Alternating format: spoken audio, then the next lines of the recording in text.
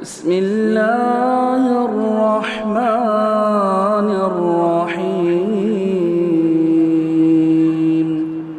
قریش میں تمام برائیاں ہونے کے باوجود بھی بڑوں کا احترام، اور ہمارے اندر اسلامی اور کتاب و سنت کی تمام دعوتوں کے باوجود بڑوں کا احترام کم ہے، اور پیسے کا احترام زیادہ ہے، اور پیسے والوں کا احترام زیادہ ہے۔ کرسی کا بھی احترام ہے اور کرسی والوں کا بھی احترام ہے، بلکہ کبھی کبھی چائے پر بھی بدل جاتے ہیں، ٹھیک ہے نا؟ اور کبھی کبھی خود تو بدلتے نہیں، قرآن کو بدل دیتے ہیں، اپنے آپ کو نہیں بدلتے، قرآن حدیث کو ہی بدلنے کی کوشش کرتے ہیں۔ تو جو خوبیاں زمانے جاہلیت میں ان کے اندر تھی ان کو بھی بیان کرنا ضروری ہے۔ تو ان لوگوں نے ولید بن مغیرہ کے پاس آنے کے بعد اپنی عرضداشت پیش کی، اپنی گزارش پیش کی، اور بات کرنے کا طریقہ دیکھیے۔ کہا دیکھو حج کا وقت قریب آ چکا ہے، اب ہر طرف سے لوگ تمہارے پاس آئیں گے، تو کیا کیا جائے؟ چنانچہ اس نے کہا یہ بات تو صحیح ہے کہ حج کا زمانہ آ چکا ہے اور ہر طرف سے لوگ ہمارے پاس آئیں گے، لیکن اس صاحب کا معاملہ تم سن چکے ہو، یعنی محمد کا معاملہ تو تم سن ہی چکے ہو، لہذا میری رائے یہ ہے کہ آپ لوگ مشورہ کرو۔ اللہ اکبر! دیکھیے، ایسا نہیں کہ میں یہ کہتا ہوں تو کرو، I am super, I am اوپر، نہیں، بلکہ بہت سے لوگ اپنے آپ کو سپر کہا کے ذلیل ہو گئے، اور ہمارے حدیثوں میں بھی ایک طبقہ نکل گیا جو اپنے آپ کو سپر کہتا ہے۔ کائنات میں سب سے پہلے سپر کہنے والا کون تھا؟ بولو، اللہ اس کو جزائے خیر دے۔ سب سے پہلے سپر کہنے والا کون تھا؟ ابلیس ہے۔ اللہ نے فرمایا انا خیر منہ، میں آدم سے سپر ہوں۔ اس کے علاوہ اور کیا ترجمہ ہو سکتا ہے؟ میں آدم سے سپر ہوں، کہ خیر سپرلیٹیوٹی، میں اس سے بہتر ہوں، یعنی سپر ہوں۔ تو اللہ نے قیامت تک اس پر لعنت کی، لہذا جتنے سپر لوگ ہیں یہ اوپر جانے والے نہیں ہیں، یہ نیچے جانے والے لوگ ہیں۔ اللہ نے کہا فلا تزکوا انفسکم، اپنی بڑائی میں تو بیان کرو، اللہ کو معلوم ہے کہ کون متقی ہے۔ چلیے آگے چلیے۔ چنانچہ لوگوں نے اس بارے میں مشورہ کیا، لوگوں نے کہا کہ آپ ہی کہیں، ہمارے لیے کوئی رائے طے کر لیں۔ ولید بن مغیرہ سے کہا کہ آپ بڑے آدمی، ہم لوگ تو چھوٹے آدمی ہیں نا، آپ ہی بولیے۔ اس نے کہا کہ نہیں، پہلے میں دیکھتا ہوں کہ تم لوگ کتنے پانی میں ہو، تم لوگ کیا مشورہ دیتے ہو۔ چنانچہ لوگوں نے کہا کہ ہم کہیں گے کہ وہ کاہن آدمی ہے، یعنی کاہن جادوگر کی ایک قسم ہوتی ہے جس کے اوپر شیطان نازل ہوتا ہے، اور شیطان فرشتوں کی باتیں جو سن کر کے آتے ہیں کچھ نہ کچھ۔ کہا کہ نہیں، وہ کاہن نہیں ہو سکتا ہے۔ کیوں؟ اس لیے کہ ہم نے کاہنوں کو دیکھا ہے، نہ ان میں کاہنوں کی گنگناہٹ ہے، نہ تک بندی ہے۔ کاہن جو گنگناتے ہیں، اندر اندر شیطان سے جو بات کرتے ہیں، اور مقفع مسجع عبارت جو استعمال کرتے ہیں، وہ چیز ہے ہی نہیں۔ وہ تو اس کی بات تو بالکل اثر انداز ہوتی ہے، فطرت کے مطابق ہوتی ہے، اور اس کی باتیں تو بالکل صاف ہوتی ہیں۔ محمد صلی اللہ علیہ وسلم کی باتیں اتنی صاف ہوتی تھی کہ اگر کوئی گننا چاہتا تو گن لیتا، اتنی واضح ہوتی تھی۔ اوپن بات کرنے والا یہ کاہن نہیں ہو سکتا ہے۔ اللہ اکبر! لوگوں نے کہا تب اگر کاہن نہ تب پاگل تو ہے۔ اللہ اکبر! اس نے کہا کہ وہ پاگل بھی نہیں ہو سکتا، اس لیے کہ پاگل تم لوگ پاگل ہو کہ اس کو پاگل کہہ رہے ہو۔ عقل مند کو پاگل کہنے والا خود پاگل ہے۔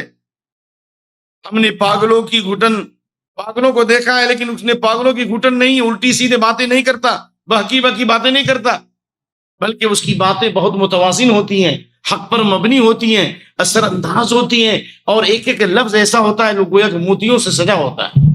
وہ پاگل کیسے ہو سکتا ہے جی؟ اللہ اکبر! اس کے بعد کہا چلو ٹھیک ہے، وہ نہ مجنون ہے، نہ پاگل ہے، اور نہ جادوگر ہے، نہ کائن ہے، تو ہے کیا؟ تو کہا کہ ہو سکتا ہے کہ اس کو ہم شاعر کہیں۔ اللہ نے پہلے کہہ دیا وما بقول کاہن قلیلا ما تذکرون ولا بقول شاعر قلیلا ما تؤمنون، یہ نہ وہ شاعر ہے، نہ مجنون ہے، نہ پاگل ہے۔ کہا کہ وہ شاعری مجھ سے زیادہ تم نہیں جانتے، شاعری کی تمام قسمیں مجھے معلوم ہے، رجز اور قافیہ اور ردیف معلوم ہے، اور شعر کے اوزان معلوم ہے۔ محمد صلی اللہ علیہ وسلم کو اللہ نے شعر سکھایا ہی نہیں، آپ اگر شعر پڑھتے بھی تھے تو الٹ پلٹ ہو جاتا تھا۔ وما علمناه الشعر وما ينبغي له، ہم نے محمد صلی اللہ علیہ وسلم کی شعر و شاعری سکھائی نہیں، اور یہ ان کو سے بھی نہیں دیتا۔ اللہ اکبر! کہا کہ شاعری کی تمام قسمیں میں جانتا ہوں، شاعر نہیں ہو سکتا۔ تو لوگوں نے کہا کہ ہم کہیں گے کہ وہ جادوگر ہے، کیوں؟ اس لیے اس کی بات جادو کی طرح اثر کرتی ہے۔ کہا ولید بن مغیرہ نے وہ جادوگر بھی نہیں ہو سکتا، کیونکہ ہم نے جادوگر کو دیکھے ہیں، اور ان کی جھاڑ پھونک اور اس کا گندا عمل بھی دیکھا ہے کہ جادوگر کا ایگریمنٹ شیطان کے ساتھ ہوتا ہے، اور شیطان اس وقت تک جادو انسان پر نہیں ڈالتا جب تک کہ یہ جادوگر گندا کام نہ کرے، شرکیہ کام نہ کرے، حیض کے خون سے اعوذ باللہ بہت سے کلمات لکھتے، قرآن کی بے حرمتی نہ کرے، ننگا غسل نہ کرے، گندا پانی نہ پیے، گندی سانس نہ چھوڑے، اس وقت تک جادوگر مکمل اپنی جادوگری میں کامیاب نہیں ہوتا۔ محمد تو صاف ہیں، ان کی زبان میٹھی ہے، ان کا کپڑا پاک ہے، ان کا ذہن بہت روشن ہے، لوگ ان کے پیچھے دیوانہ وار گرتے ہیں، یہ کیسے جادوگر ہو سکتا ہے جی؟ تو کہا اللہ اکبر۔ تو اب ہم کہیں کیا؟ دیکھیں، حق وہ ہے جو سر چڑھ کر، وہ ہم کیا کہیں؟ وہ جادوگر بھی نہیں، وہ کاہن بھی نہیں، وہ شاعر بھی نہیں، وہ مجنون بھی نہیں، تو ہے کیا پھر؟ اس لیے کہتے ہیں کہ الفضل ما شہدت بہ الاعداء، حق وہ ہے جس کی گواہی دشمن بھی دے گا۔ اگر آپ حق پہ رہیے گا نا، آج نہ کل زبان قال سے، یہ زبان حال سے وہ گواہی دے ہی دے گا کہ یہ صحیح ہے۔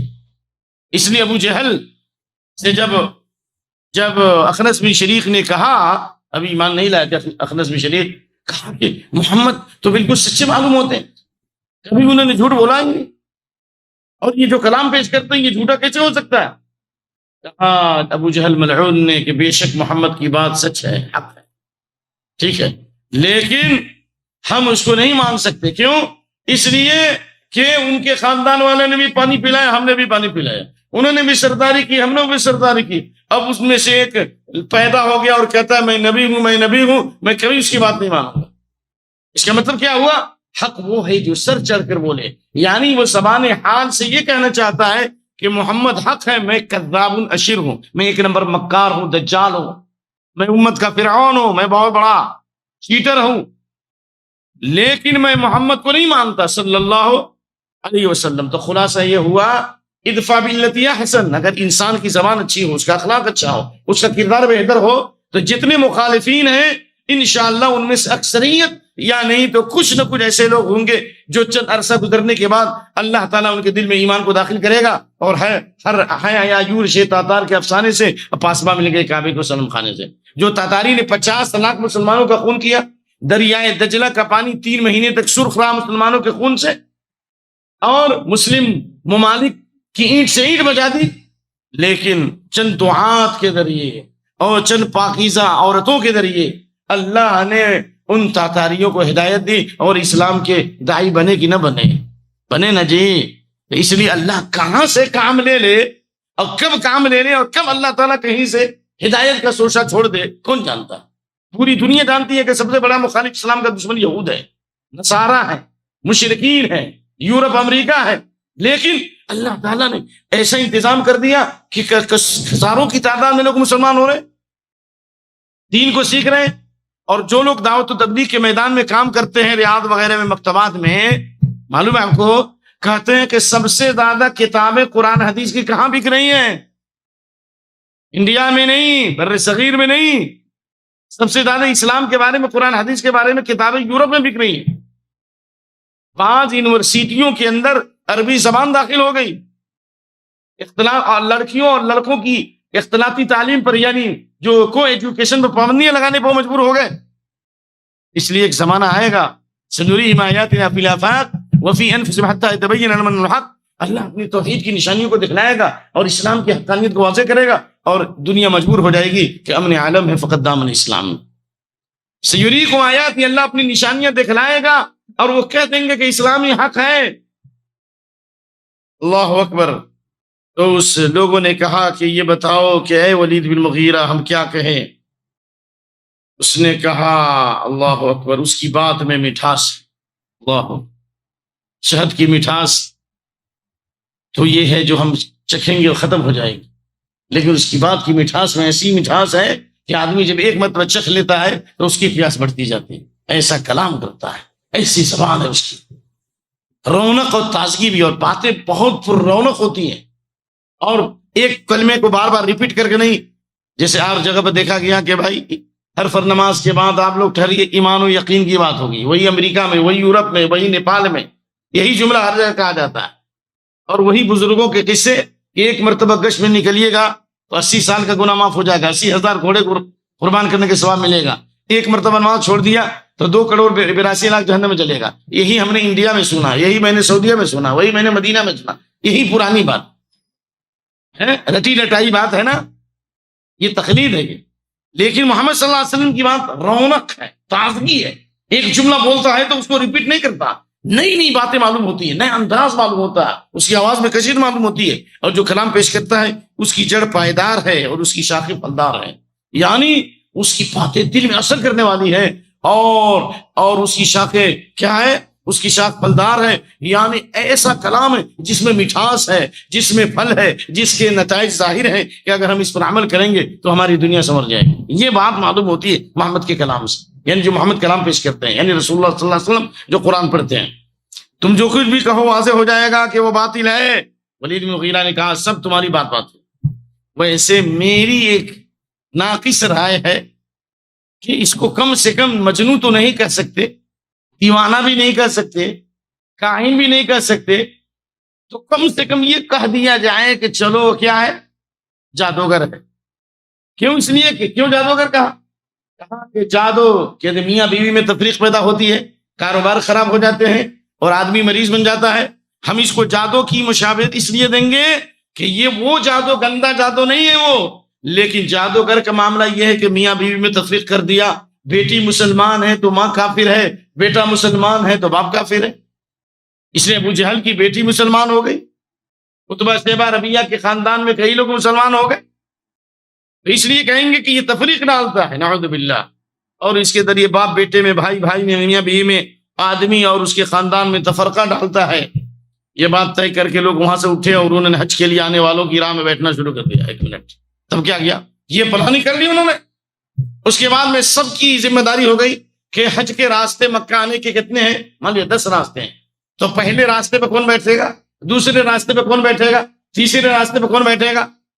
اور ان کا مقصد یہ تھا کہ ظاہر محمد کے پاس جو بات کرنے کا جو سلیقہ ہے اور اخلاق کی جو قوت ہے اور زبان کی جو تاثیر ہے اور چہرے کا جو نور ہے اور ایمان اور یقین کی جو خوشبو ہے وہ اثر کرے گا، لہذا روکنے کے لیے ہم کو اجتماعی قوت چاہیے۔ انہوں نے ٹرینڈ افراد کو متعین کیا کہ کس کو کیسے بات کرنی ہے۔ اس سے معلوم یہ ہوا کہ آپ جب بھی دعوت توحید لاؤ گے، یاد رکھو، آپ جب بھی سنت کی بات پیش کرو گے، سبحان اللہ، جب بھی صحابہ کی سیرت پیش کرو گے، جب بھی ائمہ کرام بزرگان دین کی تعظیم کی بات پیش کرو گے، یقیناً آپ کی مخالفت ہوگی۔ انٹرنیٹ آپ کی مخالفت کرے گا، چینل آپ کی مخالفت کرے گا، پرنٹ میڈیا آپ کی مخالفت کرے گی، کیوں؟ اس لیے حق کی مخالفت ہوتی ہی ہے۔ آپ قادیانیوں میں کی جماعت میں چلے جاؤ، نعوذ باللہ، اللہ بچائے، نہ کوئی آپ پر حملہ کرے گا۔ زانیوں اور شرابیوں کے ساتھ بیٹھو، بہت کم لوگ روکیں گے۔ دن بھر حرام خوری کرو، سود پر پیسے کماؤ، دنیا پیچھے آپ کے پیچھے لگے گی کہ ہمیں بھی دے دو۔ لیکن جیسے ہی 2 شادی کر لو سنت کے مطابق، جیسے ہی قرآن و سنت پہ آ جاؤ، جیسے ہی قرآن حدیث کا مطالعہ شروع کر دو، فاتحہ خوانی کر دو کہ فاتحہ پڑھنے کے لیے نہیں آیا بلکہ فاتحہ عمل کرنے کے لیے آیا، کھانے پینے کے لیے نہیں آیا۔ صبح سورہ نماز میں سورہ فاتحہ پڑھنا شروع کر دیں، اور یہ فاتحہ خوانی اور فاتحہ کھانی کو چھوڑ دو، اور 11ویں کو چھوڑ دو، 12ویں کو چھوڑ دو، 24 گھنٹے کو چھوڑ دو، پلیتے کو چھوڑ دو۔ لوگ کہیں گے یہ کیا ہو گیا، وہابی ہو گیا، لہابی ہو گیا، کبابی ہو گیا، مر گیا مردود، نہ فاتحہ نہ درود، یہی نہ کہتے ہیں بھائی، یہی دیکھ لیجیے۔ تو اس لیے آپ صلی اللہ علیہ وسلم کی دعوت کو روکنے کے لیے انہوں نے جگہ جگہ لوگوں کو فکس کر دیا ہے۔ تو آج بھی ہو رہا ہے کہ نہیں ہو رہا؟ بولیے، ہے نا کہ نہیں ہے؟ آج بھی مخالفت ہو رہی ہے کہ نہیں؟ کس کی مخالفت ہو رہی ہے؟ دعوت توحید اور کتاب و سنت پر پہلا حملہ تو انٹرنیٹ والا حملہ ہے، ایک موبائل کے ذریعے سے فتنہ پھیلایا جا رہا ہے، گروپ بنا کر، سوشل میڈیا کے ذریعے، اور اسی طریقے سے مسجدوں میں تقریریں کرائی جاتی ہیں کہ کتاب و سنت کی دعوت پہ مت مانو۔ ہم جانتے ہیں بعض مدارس میں طلبہ کو ٹریننگ دی گئی کہ ان کے مدرسوں کا بائیکاٹ کرو، اور ان کے مر جائیں تو ان کے جنازے میں حاضر مت ہو۔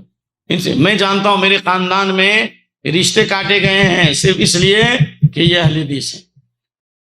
اس میں سے کچھ لوگ چلے بھی گئے دنیا سے، جن لوگوں نے رشتہ کاٹا، اللہ نے ان کے گھروں میں جو ہے نا بے شمار لوگوں کو اہل حدیث بنا دیا، میں جانتا ہوں ذاتی طور پر۔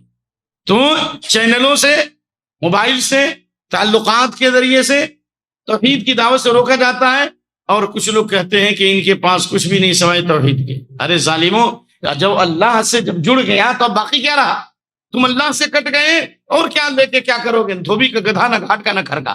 تم ایک حکومت نہ قائم کر سکے اپنے جسم پر، اپنے لباس پر، اپنے اخلاق پر، اپنے کرتے پر، اپنے گھر پر، اپنی عورتوں پر نہیں کر سکے۔ کبھی کانگریسی بن گئے، سمجھ رہے ہیں کہ نہیں اشارہ؟ کبھی مسلم لیگی بن گئے، کبھی چلو اس طرف کو جدھر کی ہوا ہو۔ کیا کیا آپ نے؟ سوائے پوری دنیا کو برباد کرائے احتجاج کے ذریعے، مظاہرے کے ذریعے۔ کیا کیا آپ نے؟ پورا شام برباد انہی لوگوں نے کرایا۔ ایران کو کس نے برباد کرایا؟ عراق کو کس نے برباد کرایا؟ تیونس کو کس نے برباد کرایا؟ الجزائر کو کس نے برباد کرایا؟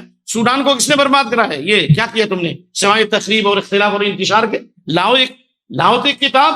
تم نے دنیا میں کوئی امن کا کوئی ادارہ قائم کیا ہو، لوگوں کو جوڑا ہو، اللہ کی بندگی سے جوڑا ہو، شرک و بدعت سے روکا ہو، ایک پاکیزہ جماعت بنائی ہو، بتاؤ۔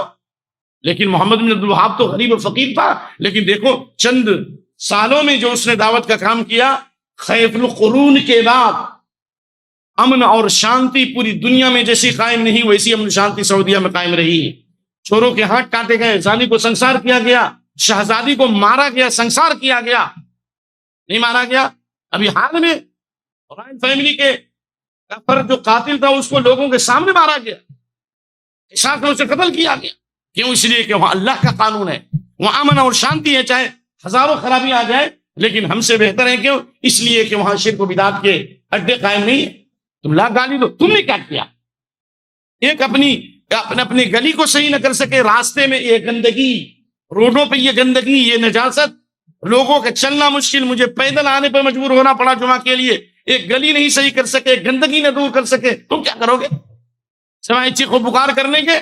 تو اس لیے میرے بھائیوں، ہر دور ہر زمانے میں حق کی مخالفت ہوئی ہے، اور اللہ کے نبی صلی اللہ علیہ وسلم نے اس بات کی بشارت سنائی ہے کہ حق پر چلنے والے، لا تزال طائفۃ من امتی ظاہرین الحق، میری امت میں ایک جماعت حق پر قائم رہے گی، ایک جماعت، یعنی 99 جماعت باطل پر ہوں گی، اور ایک چھوٹی سی جماعت حق پر رہے گی، جن کا مقصد ہوگا امن و سلامتی کے نغمے سنائیں گے ہم، زخمی ہے قلب دنیا مرہم لگائیں گے ہم راہ دی کے راہی، اللہ کے سپاہی، دیتے ہیں جان و دل سے توحید کی گواہی۔ آئیے ذرا سا آگے بڑھیے، کتاب کو بھی پڑھنا ہے نا، چلیے آئیے۔ اب اس کے بعد حاجیوں کو روکنے کے لیے تو انہوں نے سازش کی تاکہ باہر اس کی دعوت نہ پھیلے، اور آج بھی بدنام کرنے کے لیے بڑے بڑے علماء کو تیار کیا گیا کہ ان کی دعوت نہ پھیلے۔ حکومت سعودیہ تک سلفیوں کی شکایتیں کی گئی، سنا آپ نے؟ باب الرحمہ گیٹ نمبر 3 پر اہل حدیثوں کو بدنام کرنے کے لیے عربی میں کتابیں چھپی گئی، نئے نئے فتنے برپا کیے گئے، پوری حکومت کو اچھالا سعودیہ کو اہل حدیثوں اور سلفیوں کے خلاف۔ میں خود گواہ ہوں، میں نے خود دیکھا ہے۔ لیکن کیا ہوا؟ ولا یحیق المکر السیء الا باہلہ، جو مکر و فریب کرو گے، یہ مکر و فریب خود تمہاری تباہی اور بربادی کا ذریعہ بنے گا۔ چاہ کندرا چاہ درپیش، من وقع حفرا یقع فی، جو کنواں کھودنے والوں کے سامنے کنواں۔ کیا یہ دعوت رک گئی؟ کیا یہ سچی دعوت رکی؟ نہیں رکی۔ اس لیے اسلام کے گلشن کے 2 پھول، اطیع اللہ اطیع رسول۔ حج کے بعد جب قریش اپنے گھروں کو واپس آ کر مطمئن ہو گئے تو انہوں نے اس مسئلے کے مکمل حل کرنے کی توجہ دی، اور باہمی مشورے سے طے کیا کہ اسلامی دعوت کو کیسے روکا جائے۔ اس طرح آج بھی مسلمان اور اسلام پر ظلم کرنے کے لیے کبھی موب لنچنگ کا سلسلہ شروع کیا گیا، کبھی کیچڑ اچھالا گیا، کبھی شہوات کے فتنے، کبھی شبہات کے فتنے، کبھی مسجدوں پر حملے، اور کبھی کہ جیسے آج دیکھ رہے ہیں کہ وقف سے متعلق جو حکومت کی نیت آپ کے سامنے، یہ مختلف وسائل استعمال کیے جاتے ہیں تاکہ ان کو پریشان کر دو، ان کو الجھا دو۔ ہر زمانے میں ہوا، اتنے مسائل میں ان کو الجھا دو کہ اپنے منزل سے دور ہو جائے۔ یہی کام کفار قریش نے کیا کہ محمد کی دعوت سے روکنے کے لیے ہنسی اڑانا، ان کا مذاق اڑانا، یہ ان کا مقصد، یہ انہوں نے روش اپنائی کہ جب محمد قرآن پڑھے نا، خوب شور و غل کر دو، گانا کا گاؤ، میوزک بجاؤ، چیخ و پکار کرو، تالیاں بجاؤ، ایسے نعوذ باللہ۔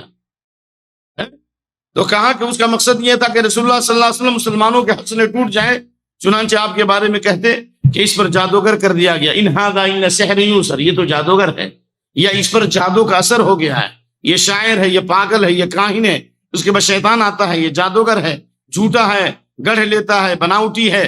جب آپ کو جاتے آتے دیکھتے تو غصے اور انتقام کی نظروں سے یوں دیکھتے کہ لگتا کہ آپ کو کھا جائیں گے، اور حکامت آمیز لہجے میں کہتے یہی ہے جو تمہارے خداؤں پر انگلی اٹھاتا ہے۔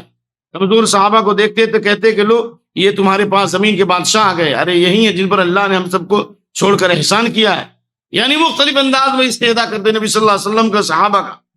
اللہ نے ان کے بارے میں قرآن میں فرمایا، اور آج بھی سن لیجیے، جو لوگ استہزاء اور مذاق اڑا رہے ہیں دین کا، قرآن کا، نبی صلی اللہ علیہ وسلم کی شان میں گستاخی کی جا رہی ہے، نبی کا کارٹون بنایا گیا، ازواج مطہرات کے ساتھ گستاخی کی گئی، اللہ کا وعدہ حق ہے۔ اللہ نے کہا انا کفیناک المستہزئین، جو آپ کا استہزاء اور مذاق اڑانے والے ہیں، اللہ نے کہا کہ ہم کافی ہیں، اکیلے ان سے بدلہ لینے کے لیے کافی ہیں۔ الیس اللہ بکافٍ عبدہ، کیا اللہ اپنے بندے کے لیے کافی نہیں ہے؟ کیا اللہ نے ابراہیم علیہ السلام کا انتقام نہیں لیا کافروں سے؟ کیا نوح علیہ السلام کا انتقام نہیں لیا؟ ہود علیہ السلام کو مجنون پاگل کہا گیا تو اللہ نے ان ظالموں سے انتقام نہیں لیا؟ دنیا میں بڑی بڑی طاقتیں تھیں۔ الم تر کیف فعل ربک بعاد ارم ذات العماد التي لم يخلق مثلها في البلاد، قوم عاد جیسی قوم جس کو اتنی طاقت اللہ تعالیٰ نے دی تھی، جو ظلم کرتے تھے اور اپنی طاقت کا مظاہرہ کرتے تھے اور کہتے تھے ہم سے زیادہ قوت کس کے پاس ہے۔ اللہ نے ان سے بدلہ نہیں لیا، قوم سمود سے بدلہ نہیں لیا، جو پہاڑوں کو تراش تراش کر بڑی بڑی عمارتیں بناتے تھے۔ اس لیے اللہ فرماتا ہے حدیث قدسی، من عادى لي وليا فقد آذنته بالحرب، جو میرے ولی سے دشمنی کرے گا میں اس کے خلاف جنگ کا اعلان کرتا ہوں۔ تو اگر کوئی استہزاء اور مذاق اڑائے تو صبر کر لیجئے، اللہ تعالیٰ نے اگر اس کے لیے ہدایت مقدر کر دی ہے تو اچھی بات، نہیں تو اللہ تعالیٰ اس کو ضرور دنیا میں اس کا انجام دکھلائے گا، کیونکہ اللہ ظلم کی سزا دنیا میں بھی دیتا ہے اور آخرت میں۔ ٹھیک ہے نا؟ اس لیے کہ اللہ فرماتا ہے انا آخذ لاولیاء الثار کما یاخذ اللیث الحارب، میں اپنے اولیاء بندوں کے لیے اسی طرح بدلہ لیتا ہوں جس طرح جنگجو شیر بدلہ لیتا ہے۔ اگر ان مسجدوں کی حفاظت کرو، ان مدرسوں کی حفاظت کرو، ان دروس کا اہتمام کرو، توحید و سنت کو عام کرو، قرآن کی تلاوت کرو، لوگوں کو گندے کاموں سے روکو، شراب نوش کو شراب سے توبہ کراؤ، جوا باز کو جوا بازی سے توبہ کراؤ، معاملات کو صحیح رکھو، فنکشن حال کی لعنت سے بچو، فنکشن حال کے فضول خرچی اسراف سے بچو، تو اللہ تعالیٰ ضرور مدد کرے گا، یقیناً مدد کرے گا۔ اس لیے اللہ نے فرمایا یضیق صدرک بما یقولون، ان کی باتوں سے آپ کا دین سینہ تنگ ہوتا ہے، غمگین مت ہوئیے۔ اللہ نے کہا فسبح بحمد ربک وکن من الساجدین، ان کی مخالفتوں کے طوفان میں اللہ نے 2 عبادت کا حکم دیا۔ آج بھی مسلمانوں کو 2 عبادت کرنا چاہیے، نبی صلی اللہ علیہ وسلم کی شان میں گستاخی، صحابہ کی شان میں گستاخی، ازواج مطہرات کی شان میں گستاخی، مسجدوں کا استہزاء اور مذاق اور مارنے کی دھمکی اور موب لنچنگ اور نہ معلوم کیا کیا قوانین بنائے جا رہے ہیں۔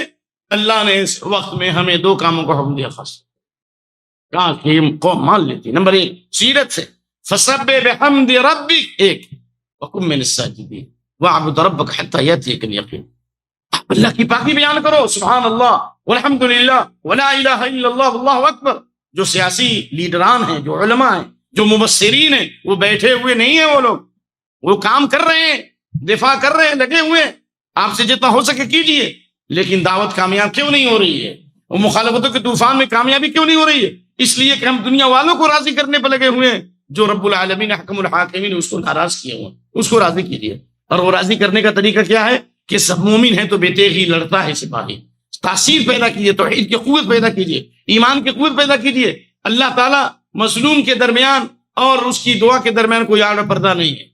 واتق دعوت المظلوم، مظلوم کی آہ سے بچو، فإنه ليس بينها وبين الله حجاب، مظلوم کی آہ کے درمیان اور اللہ کے درمیان کوئی آڑ پردہ نہیں ہے۔ اللہ بادلوں کے اوپر سے ڈائریکٹ دعا کو قبول فرما لیتا ہے، اور اللہ فرماتا ہے وعزتی وجلالی لانصرنک ولو بعد حین، میری عزت کی قسم، میرے جلال کی قسم، میں ضرور بھی ضرور تمہاری مدد کروں گا، اگرچہ تھوڑے سے وقفے کے بعد ہی کیوں نہ ہو۔ ہم سارے مظلوم ہیں، یہ مسجد مظلوم ہے، یہ مدرسے مظلوم ہے، یہ اسلامی وقت مظلوم ہے، پھر اللہ کی مدد کیوں نہیں ہے؟ اس لیے کہ اللہ نے کہا تسبیح پڑھنے کے لیے، اور اللہ کے نبی نے فرمایا، حدیث کو یاد کر لیجیے، عن عبد الله بن مسعود رضي الله تعالى عنه عن رسول الله صلى الله عليه وسلم قال من ظن بالمال أن ينفقه وهاب الليل أن يكابده وخاف العدو أن يجاهده فليكثر من قول سبحان الله والحمد لله ولا إله إلا الله والله أكبر. جو مال کی محبت میں گرفتار ہے، جو رات میں عبادت کرنے سے تھک جاتا ہے، آنکھ نہیں کھلتی تہجد میں فجر میں، اور جو دشمن سے برسرے پیکار ہے، دشمن اس کے خلاف سفارہ ہے چاروں طرف سے، آگے کنواں ہے پیچھے کھائی ہے، کہاں جائے؟ آگے کنواں پیچھے کھائی، جائیں ہوگا تو آگے کنواں ہے پیچھے کھائی، ادھر بھی گرو ادھر بھی گرو، راستے بند ہے، دشمن سے برسرے پیکار ہے، تو کیا کرو؟ ایسے وقت میں زیادہ سے زیادہ سبحان اللہ والحمد للہ ولا الہ الا اللہ واللہ اکبر پڑھو، اللہ تعالیٰ راستے کھول دے گا. سبحان اللہ. تو یہ کہا گیا آپ سے وَكُن مِّنَ السَّاجِدِينَ، سجدہ کرو، نفلی نماز زیادہ پڑھا کرو، اللہ کی مدد آئے گی، نصرت آئے گی. 313 تھے، مدد کب آئی؟ حضرت علی کی روایت صحیح ترغیب میں کہ اللہ کے نبی پوری رات لوگ سو رہے اور اللہ کے نبی قام شاہ تحت شجرۃ یبکی و یصلی، آپ پوری رات کے اکثر حصے میں بدر کی رات روتے رہے، سجدہ کرتے رہے، دعا کرتے رہے. کیا کہ نہ کیا؟ بھائی آئین جنگ کے وقت آپ نے دعا کی کہ نہیں کی؟ آپ کے پہلو سے، آپ کی پیٹھ سے چادر بھی گر گئی اور اتنی دعا کی، کفاک اللہ، کہا اللہم ان تہلک ہذہ عصابۃ لا تعبد فی الارض، اللہ یہ مٹھی بھر جماعت کو تو نے ہلاک کر دیا، روئے زمین میں تیری عبادت نہیں ہوگی. اللہم انشد عہدک ووعدک، اللہ میں تجھ سے تیرا وعدہ مانگتا ہوں، اللہ جو تو نے وعدہ کیا وعدہ پورا کر، ہم کمزور ہیں، اللہ تو قوی ہے، اللہ مٹھی بھر جماعت کو اگر تو نے ہلاک کر دیا روئے زمین میں عبادت نہیں ہوگی. فرشتے نازل ہوئے کہ نہیں ہوئے؟ یہاں تک ایک صحابی نے آواز سنی، اقدم حیثوم، گھوڑے کو بڑھاؤ، اور ابھی دشمن تقریباً 50 میٹر دور ہے، جب تک کہ فخر مستلقیا، چٹ گر گیا اور فخر انفو، اور اس کی ناک پٹی ہوئی ہے. کہا آپ صلی اللہ علیہ وسلم سے بتایا گیا کہ میں نے ایسی آواز سنی اور ابھی میں گیا بھی نہیں کہ دشمن چٹ گر گیا اور ناک پھٹ گئی. کہا تلک مدد من السماء الثالثہ، یہ تیسرے آسمان کے فرشتوں کی مدد تھی. سبحان اللہ. تو وہ دین آج بھی ہے نا، مدد کیوں نہیں آ رہی ہے؟ اس لیے ہم اصل منزل سے ہٹے ہوئے ہیں.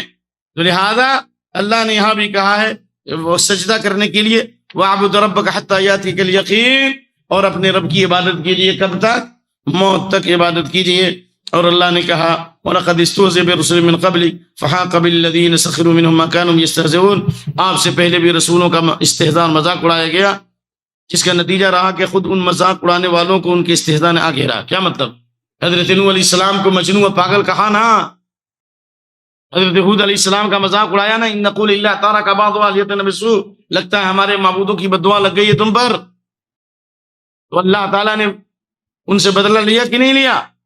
اس لیے کشتی حق کا زمانے میں سہارا تو ہے، حق کی کشتی کو منزل مقصود تک پہنچانے والا رب العالمین ہے. میرے خیال سے اسی بات رہنے دیں. سبحانک اللہم وبحمدک، واشہد ان لا الہ الا انت، واستغفرک.